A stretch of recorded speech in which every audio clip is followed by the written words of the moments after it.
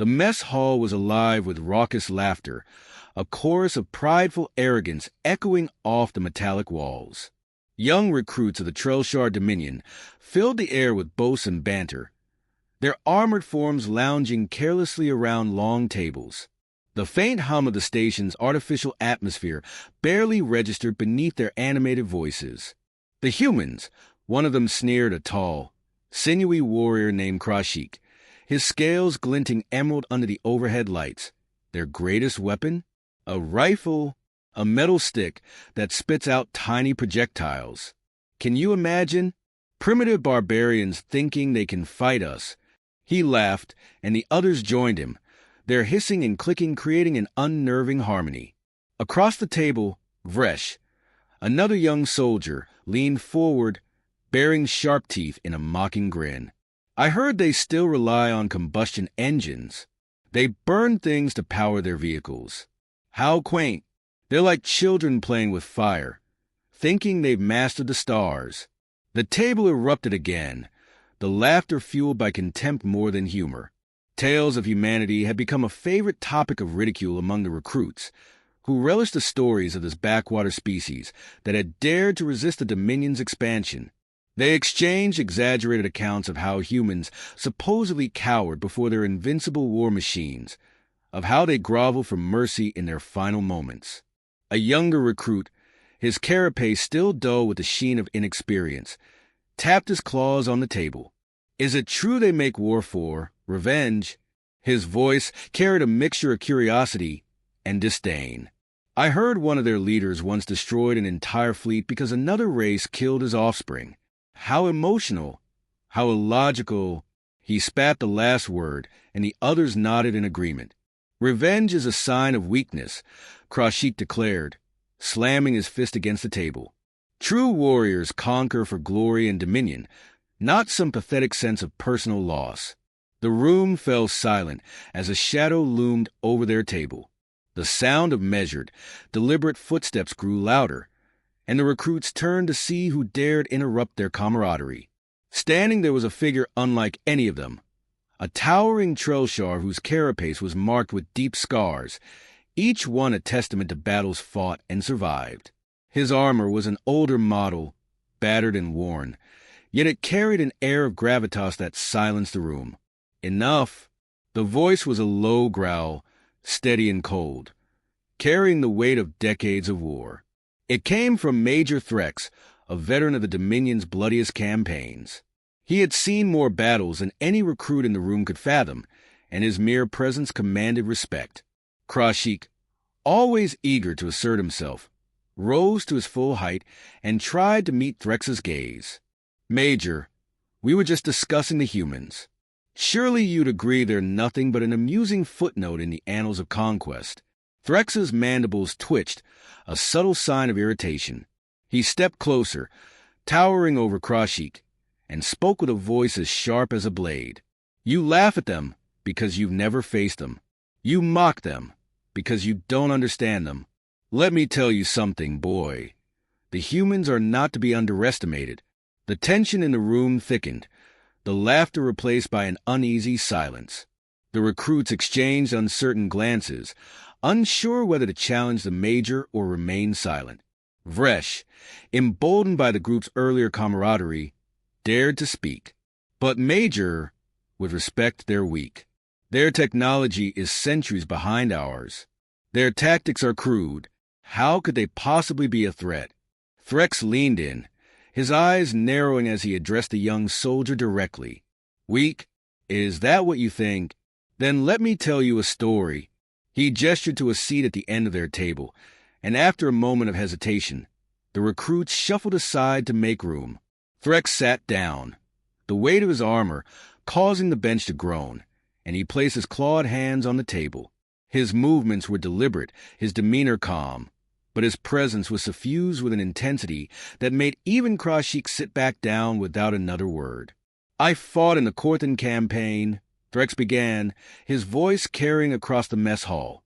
You've heard of it, haven't you? The humans called it the Perseus War. They were outnumbered, outgunned, and outmatched in every conceivable way. And yet, they didn't just survive, they won. A murmur rippled through the recruits, but none dared to interrupt him. I was there when we launched our first assault on one of their colonies, he continued. It was supposed to be an easy victory. We'd crush their defenses, take their resources, and move on. But what we found was anything but easy. They had fortified their settlements with traps and defenses so simple, so primitive, that we laughed at them, until those same traps tore our forces apart. Threx's mandibles tightened as he spoke, his voice laced with the memory of pain. They used the terrain against us. Every step we took, every inch we gained, cost us dearly. They didn't fight like we expected. They didn't fight like anyone we'd ever faced. They were relentless, resourceful, and absolutely fearless. The recruits listened in stunned silence, their earlier bravado replaced by an uneasy curiosity. Threx leaned back slightly, his gaze sweeping across the table. You think their weapons are primitive? Perhaps. But those metal sticks you mock? They're designed to kill efficiently and brutally. And the humans wield them with a precision and determination that should terrify you. Krashik, his pride wounded but his curiosity piqued, dared to speak again. But why? Why would they fight so fiercely when they know they can't win? Threx's eyes bore into him, unblinking. Because, Krashik, for humans, war is not just about conquest. It's about survival. It's about protecting their own, no matter the cost. They don't fight because they want to, they fight because they have to. And that makes them more dangerous than you can imagine. The mess hall was deathly quiet now, the weight of Threx's words sinking into the minds of the young soldiers. The major rose slowly from his seat, his scarred form towering over them once more. You laugh at humanity because you don't understand them. But mark my words, if you ever face them, you will learn. And if you survive, you'll never laugh at them again. With that, he turned and walked away, his footsteps echoing in the silence he left behind. The recruits sat in stunned silence, their earlier arrogance replaced by a dawning sense of unease. None of them spoke, and the mess hall seemed colder than before. The mess hall remained subdued in the wake of Major Threx's departure.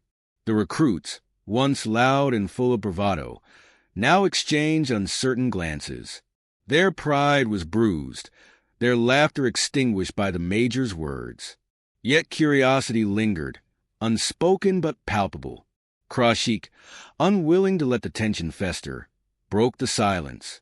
"So, they have spirit," he muttered, though his voice lacked its usual bite. "But spirit doesn't win wars. It's weapons that matter." The other recruits murmured in agreement, their unease tempered by this simple logic. Vresh nodded, his confidence returning. "Exactly. What good is bravery when you're armed with sticks and stones against plasma cannons and fusion blades?" As if summoned by the lingering skepticism, the heavy tread of armored boots echoed once more in the hall. Threx returned, carrying a worn datapad. The sight of him silenced the group immediately. Without a word, he placed the device on the table and activated it, projecting a three-dimensional image of a human weapon. A rifle, sleek and unassuming by Dominion standards. "This," Threx said, his voice low and steady, "is an M4A1 carbine, one of their most common weapons. To you, it may look like a relic, a crude instrument of war. But do not be deceived." He tapped a claw against the table, the sound sharp and commanding. "This weapon is a masterpiece of simplicity. It doesn't rely on plasma or energy cells. It fires solid projectiles, bullets, using a chemical explosion. Primitive, you'd say? Perhaps. But that simplicity is its greatest strength." The recruits leaned in, drawn by the Major's intensity. "Our weapons," he continued, "are superior by any measure of technology. But they are fragile, dependent on advanced resources and perfect conditions. Take away our energy supplies, disrupt our power grids, and what do we have? Nothing. The humans' weapons, on the other hand, require none of that. They are built to function in mud, sand, ice, and ash. They work no matter how harsh the environment." Threx's mandibles clicked together as he switched the display to another image, a nuclear explosion captured in horrifying detail. The recruits recoiled slightly, the sheer scale of the destruction unsettling. And then there is this, Threx said, the nuclear bomb. Crude, yes. Devastating, absolutely. They split atoms to unleash energy rivaling the power of a star. It's not elegant, but it is effective. Entire cities, millions of lives, reduced to ash in moments. Vresh, his confidence faltering but not entirely extinguished, dared to interject. But such weapons are indiscriminate. They lack precision. They destroy as much of their own as they do their enemy. Threx's eyes narrowed, and his voice dropped to a dangerous tone. And yet they use them. Do you know why, Vresh? Because humans understand sacrifice. They are willing to bear the cost of their own destruction if it means ensuring their enemy's defeat. That is what makes them dangerous. He paused, letting the weight of his words settle before continuing. But it's not just their weapons. It's how they use them. I was there at the Battle of Drakenfor. We outnumbered the humans 5-1. Our fleet was superior in every way, and yet we lost. The recruits stared at him, disbelieving but captivated. Threx continued, his voice heavy with memory. They used tactics we'd never encountered before. Ambushes, sabotage. They lured our ships into asteroid fields and detonated mines, using the debris to cripple our shields. They didn't fight us head-on. They fought us where we were weak, where we were overconfident. Krashik, despite his growing unease, couldn't help but press. But surely such tactics are desperate. Yes, Threx admitted, his tone sharp. Desperate and brilliant. Desperation drives them to innovate, to adapt. While we rely on protocol and precision, they thrive in chaos. Do you think our advanced targeting systems mattered when they jammed our sensors with crude electromagnetic pulses? Do you think our superior firepower meant anything when their guerrilla strikes severed our supply lines? The Major's claws raked lightly across the table, the sound grating and deliberate. And then there was a time they turned one of our greatest strengths against us. On Hekros Prime, we had established a fortified outpost, surrounded by a shield that no human weapon could penetrate. Or so we thought. Threx's mandibles twitched, a sign of lingering bitterness. The humans didn't try to breach the shield. They studied it, found its energy source, and overloaded it with a simple yet devastating trick. They detonated an electromagnetic pulse bomb in the atmosphere. It was nothing more than a glorified power surge, but it was enough to disable the shield for a few critical minutes. And in those minutes, they launched an attack that destroyed the outpost entirely. The recruits exchanged uneasy glances, their earlier derision now replaced by a growing respect tinged with fear. Threx looked each of them in the eye, his voice dropping to a near whisper. Their weapons may seem primitive, but they are designed for one purpose: to kill. And the humans who wield them do so with an unwavering resolve that you cannot comprehend until you face it. Vresh leaned back, his earlier confidence now a distant memory. But surely there must be limits to their ingenuity. Threx let out a sound that might have been a laugh, though it carried no humor. Limits? Perhaps. But I have yet to see them. The humans are not bound by the constraints of logic or tradition. When faced with defeat, they innovate. When faced with annihilation, they endure. And when faced with an enemy who underestimates them, they win. He deactivated the datapad and rose from the table, towering over the recruits. You may think yourself superior, and perhaps in many ways you are. But remember this: underestimating humanity is a mistake you cannot afford to make. Their weapons are not the threat. It's the minds behind them. The room fell silent again, the recruits too stunned to respond. Threx cast one final glance at the group before turning and leaving the mess hall. This time, no one dared to mock him as he walked away. The recruits sat in their uneasy silence, the image of human weapons still vivid in their minds, and for the first time, they wondered if their laughter had been misplaced. The tension in the mess hall lingered, heavy and unspoken.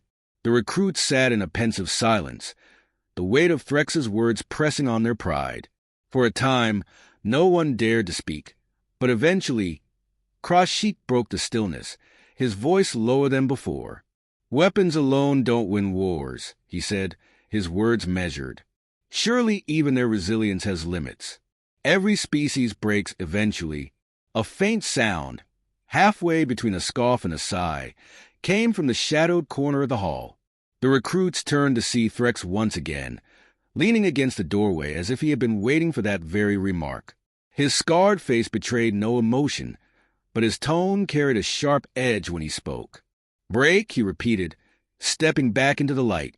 "If you think humanity breaks easily, then you've never seen them fight for survival." Threx walked slowly to the center of the hall, his presence commanding as he began again. "They have a word. Perseverance. To you, it may sound quaint, but to them, it is their creed, and it's what makes them dangerous." He paced deliberately, each step echoing in the silence. "On Vrither 9, I saw it firsthand. A small human colony, barely 1,000 souls, ill-equipped and isolated. The Dominion marked it as an easy conquest, a stepping stone toward a larger campaign. We expected to take it within hours. Instead, it turned into a 5-year nightmare." The recruits exchanged uneasy glances, but Threx continued, his voice steady. "At first, they did exactly what we anticipated. They barricaded their settlement, fortified their walls, and sent out distress signals. We cut off their communications, blockaded their supply lines, and waited for them to starve. It should have been a simple siege." Threx paused, his mandibles twitching slightly, as if recalling the frustration of those days. "But humans don't wait to die. They adapt. They learn. Within weeks, they began striking at us in ways we hadn't prepared for. Scouting parties vanished without a trace. Our supply depots were raided, our patrols ambushed. And always, they left behind traps, explosives, snares, even poisons crafted from their planet's native flora." One of the younger recruits shifted uneasily. But how could they sustain themselves? With no supplies, no reinforcements. "They used the planet itself," Threx interrupted, his tone sharp. "They hunted, foraged, and even cultivated crops in secret. And when their own resources weren't enough, they took ours. They would strike in the dead of night, stealing food, weapons, even medical supplies. They turned every disadvantage into an advantage." His claws scraped lightly against the table as he leaned in. "We thought we could break them by attrition, but the longer we fought, the stronger they seemed to become. They studied us, our tactics, our weaknesses, and they used that knowledge to turn the tide. They set traps that exploited our protocols, used decoys to lead us into ambushes, and even hacked into our systems to sow confusion among our ranks." Threx straightened, his gaze sweeping over the recruits. "Do you understand what that means? They fought us not with superior strength or technology, but with sheer will and ingenuity. Every time we thought we had them cornered, they found a way to escape. Every time we thought we had won, they struck back harder." Krashik, his earlier confidence now faltering, managed to ask, "But surely they must have suffered heavy losses." "They did," Threx said, his voice softening slightly. "But they accepted those losses. They mourned their dead, but they never faltered. I remember one attack in particular, a raid on our primary command center. They sent a team of just 10 soldiers against our fortified position. It was suicide, or so we thought. But those 10 humans destroyed our shield generator and paved the way for their main force to breach our defenses. None of them survived, but their sacrifice turned the tide of the battle." He paused, letting the weight of his words sink in. "And that's what you don't understand. To them, survival is not just about living. It's about ensuring their people endure, no matter the cost. They don't fight for glory or conquest. They fight for each other, for the future of their kind." The recruits sat in silence, their earlier bravado now replaced by a growing respect for the enemy they had so casually mocked. Threx's voice grew quieter, more reflective, as he continued. "I remember the day we finally abandoned Vritha 9. After years of fighting, after losing thousands of soldiers and countless resources, the Dominion decided the colony wasn't worth the cost. We left, battered and humiliated, while the humans stood victorious on the very ground we had tried to take from them. He turned to face Krashik directly, his scarred face unyielding. You think they break easily? I've seen them endure hardships that would destroy most species. Hunger, loss, despair. They face it all and keep fighting. And when they do break, when they have nothing left to lose, that's when they're most dangerous. The recruits shifted uncomfortably, the gravity of Threx's words settling over them like a shroud. Vresh, his earlier arrogance now tempered by a newfound respect, spoke hesitantly. But surely, Major, they can't always win. There must be limits to their endurance. Threx nodded slowly, his expression unreadable.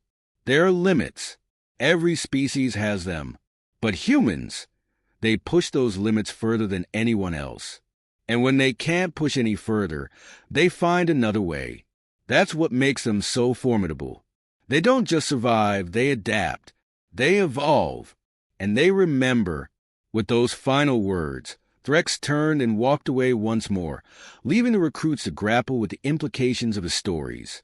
The mess hall remained quiet long after he had gone, the young soldiers no longer so certain of their own superiority. In their minds, the image of humanity had shifted from a laughingstock to a force that demanded respect, and perhaps even fear. The air was thick with an uneasy silence. The recruits sat motionless, their earlier confidence reduced to an uncomfortable awareness of their ignorance. Threx's stories had stripped away the layers of arrogance they'd worn so proudly, leaving them raw and vulnerable. Yet curiosity lingered, a quiet but insistent need to know more. Vresh finally broke the silence, his voice low and cautious. If they're so resilient, Major, what happens when the tables turn? Surely they don't always wait to be attacked.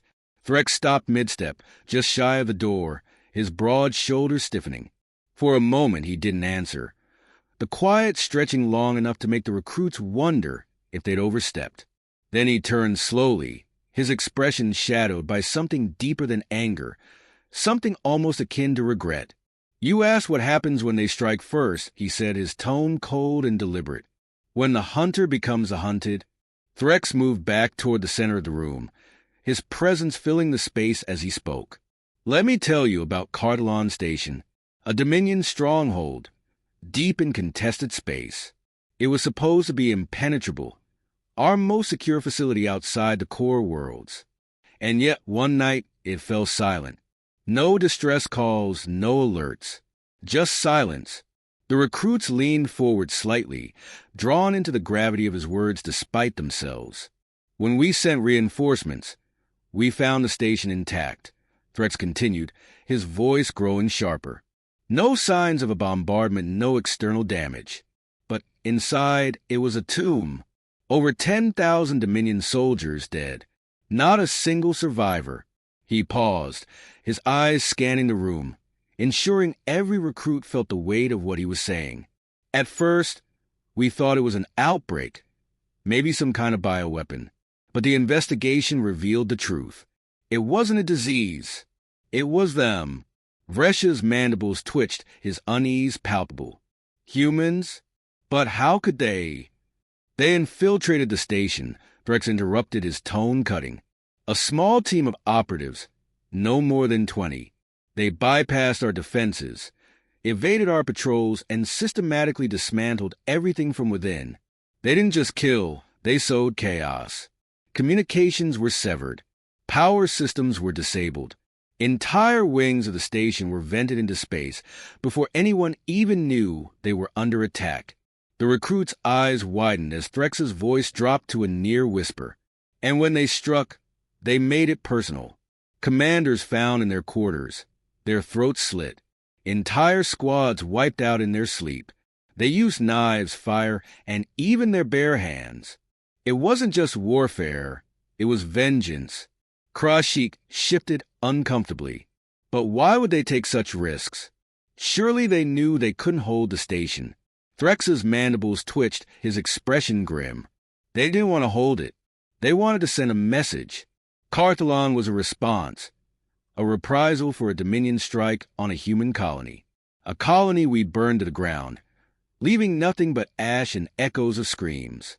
They wanted us to know that no matter how far we thought we could run, they would find us. And when they did, there would be no mercy. The recruits sat in stunned silence, the enormity of the tale sinking in. Threx continued, his voice heavy with memory. And Carthalon wasn't the last. After that, the humans didn't just defend, they hunted.